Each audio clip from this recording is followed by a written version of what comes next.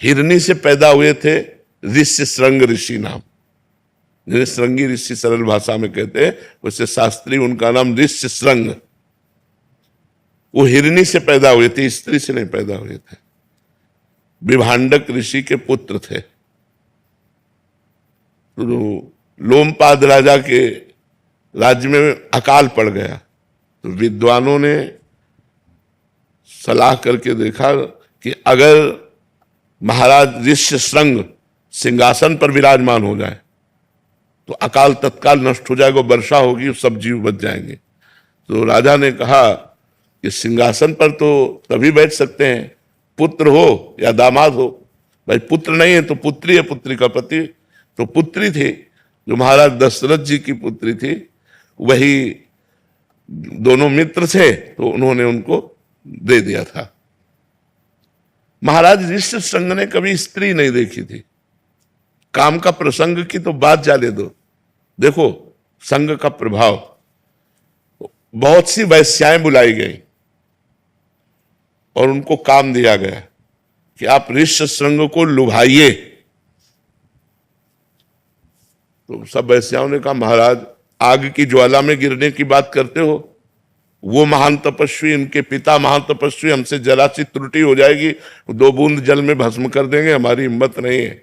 तो राजा ने कहा संपूर्ण प्रजा की रक्षा के लिए यदि अपने प्राण भी देने पड़े तो हितकर होता है। आप लोग जितना धन चाहेंगे हम देंगे, आप एक बार ऋष्य श्रृंग ऋषि को लुभाइए। तो 1 योजन की नाव बनाई गई, 1 योजन 4 कोस, और उस नाव में कृत्रिम पर्णकुटी, कृत्रिम पौधे, ये सब ऐसे लगाए गए। और 9 युवतियां 16, 18, 20 की, 10, 15 ऐसे सब श्रृंगार करके अब वो नाव चली जल में। और जहां महाराज का आश्रम था वहां नाव किनारे लगी। उनमें से सबसे प्रवीण 9 युवती अंगूर का रस, ये सब विविध प्रकार के पदार्थ लेकर के पहुंची। और तब पहुंची जब बताया गुप्तचर ने कि विभांडक ऋषि कंदमूल फल लेने के लिए आश्रम से निकल चुके। जो ही वो गए तो उन्होंने देखा है तो कोई ऋषि दिव्य देश के पधारे।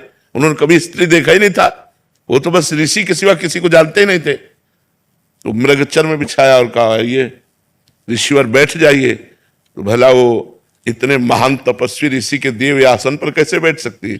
तो आसन को प्रणाम किया और कहा मैंने नियम लिया है कि मैं किसी के दिए हुए आसन पर नहीं बैठती, हम अपने आसन पर। वो अपना कोमल बिछा के बैठ गए।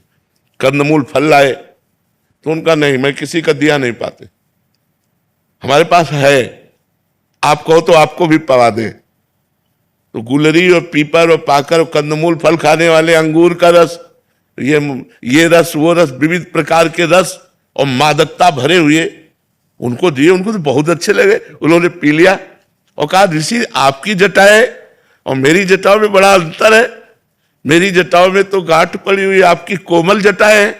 बोले हमारे देश के ऋषि ऐसे ही है। उनको पता है कि ये कोई ऋषि है। अब उनको मादक वस्तु पिलाई, अब वो भूमि पूरी घूमने लगी, बस ये खवा के पिला के और तुरंत वहां से कि हमारे नियम का समय हो रहा है साधना का, मैं जा रही हूं। और वो चले। अब वो ऐसे बैठे, विभांडक ऋषि आए तो उन्होंने कहा बेटा तुम कैसे अस्वस्थ से बैठे हो, यज्ञशाला की अग्नि बुझने जा रही है, न तुमने हवन किया है न तुम दिनचर्या। तुम बोले पिताश्री ये पृथ्वी घूमती नजर आती है, और रोने लगे। उन्होंने कहा अब मुझे आपके गले नहीं लगना, मुझे उस ऋषि के गले लगना है जो ऋषि आए थे। तो उनका कौन ऋषि यहां ऐसा आ सकता है? तो ध्यानस्थ हुए, ध्यान में दे। अरे उन्होंने कहा बेटा ये राक्षसी प्रवृत्तियों की ऐसी चाल होती है, तुम कभी अब ऐसे ऋषि नहीं होते। कुछ नहीं समझ में आया केवल एक बार के मिलन में। अब हफ्ता 10 दिन में फिर कंदमूल फल लेने के लिए गए। सुचला जी के विभांडक ऋषि गए, वही फिर आई सज धज कर वैसे ही। अब तो लिपट गए ऋष्य श्रृंग और कहा ऋषि मुझे अपने आश्रम में ले चलो, मुझे नहीं रहना इस आश्रम में और नहीं रहना अपने पिता के साथ, मुझे अपने। तो बोले हमारे आश्रम में तो हमारे जैसे ही ऋषि होंगे। बोले बस आप जैसे ऋषियों के बीच में ही रहना है।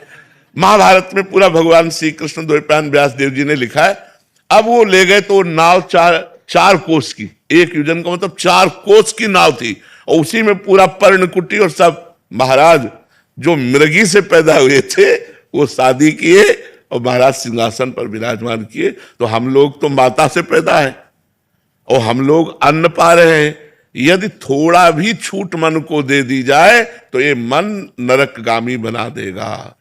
बहुत चंचल मन है, इसको साधना के द्वारा और भजन के द्वारा और दूरी बना के अगर हमें सही ढंग से चलना है तो एक दूसरे की दूरी बनानी होगी। हमें पता है मैं यहां गिर जाऊंगा तो मुझे नहीं जाना चाहिए, मुझे दूरी बनानी चाहिए। तो ऐसे ही गृहस्थ धर्म में है कि अपनी पत्नी से केवल अपना भाव रखे, अन्य माताओं बहनों के प्रति पवित्र भाव रखे और एकांत में कभी उनसे ज्यादा देर ना मिले, नहीं तो मन हमारा बड़ा चंचल है, वो कभी खराब होकर के गलत आचरण कर ही सकता है। इसलिए साधना के द्वारा, इसे भजन के द्वारा रोका जा सकता है, दूसरा कोई उपाय नहीं। बड़े बड़े ऋषि मुनियों को ये भ्रष्ट कर देता है, मन बड़ा चंचल है।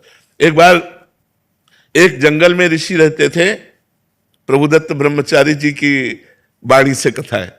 तो वो पपड़ी पाते थे, जो वृक्ष की छाल की सूखी हुई पपड़ी, क्योंकि उनको यह था कि अगर मैं अच्छा पदार्थ पाऊंगा तो काम पीड़ित करेगा और मैं काम विजयी बन के दिखाऊंगा। तो 12 वर्ष उन्होंने वृक्ष के सूखी छाल की पपड़ी पा करके और कठिन भजन किया।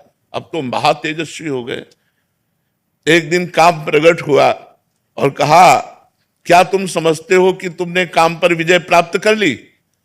तो उनका एक काम क्या, हजारों काम पर विजय प्राप्त कर चुका हूं।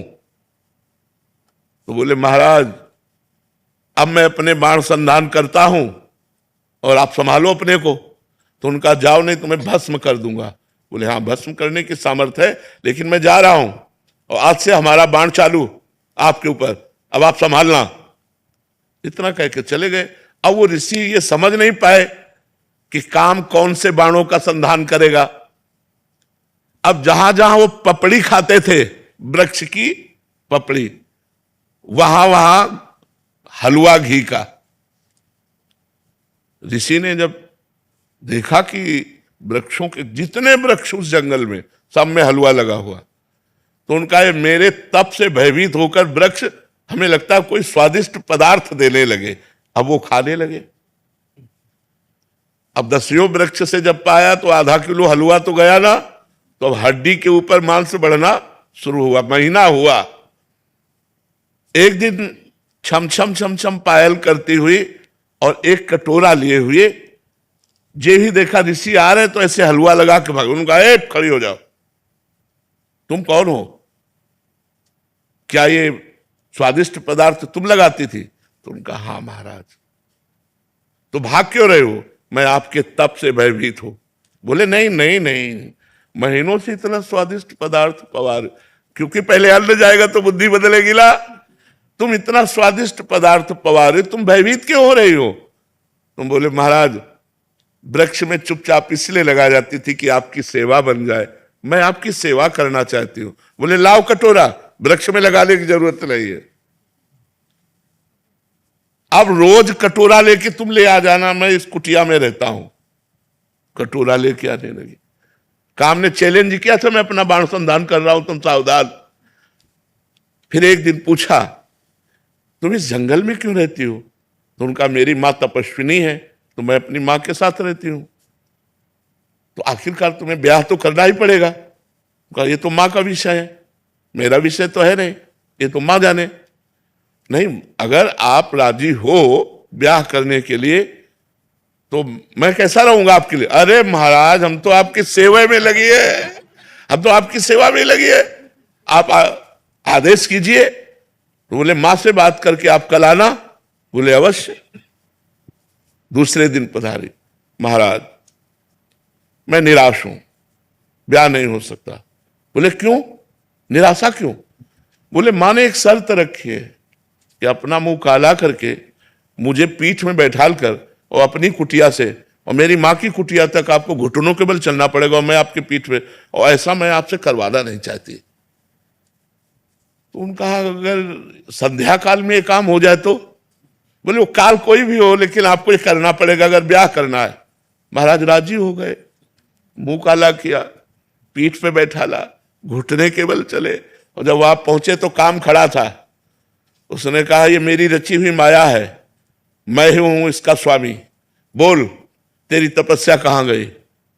ये कहो कि मैं तेरी तपस्या नष्ट नहीं की, केवल केवल दिखाया है तुझे कि अगर तू तपस्या का अहंकार करेगा तो देख घुटने केवल चल रहा, मेरी माया तेरे पीठ पर बैठी हुई है। तो ये मन बड़े बड़े ऋषि मुनियों को मोहित कर दिया। हम तुम तो बहुत छोटे लोग हैं, बहुत छोटी सामर्थ्य है, इसलिए भगवान का आश्रय ले लो। सिम की चाप सके को तासु, बड़ रखवार रमापति जासु। भगवान जिसकी रक्षा करते वही अपनी धर्म से, पवित्रता से चल सकता है। इसलिए नाम जप करो और भगवान के आश्रित रहो।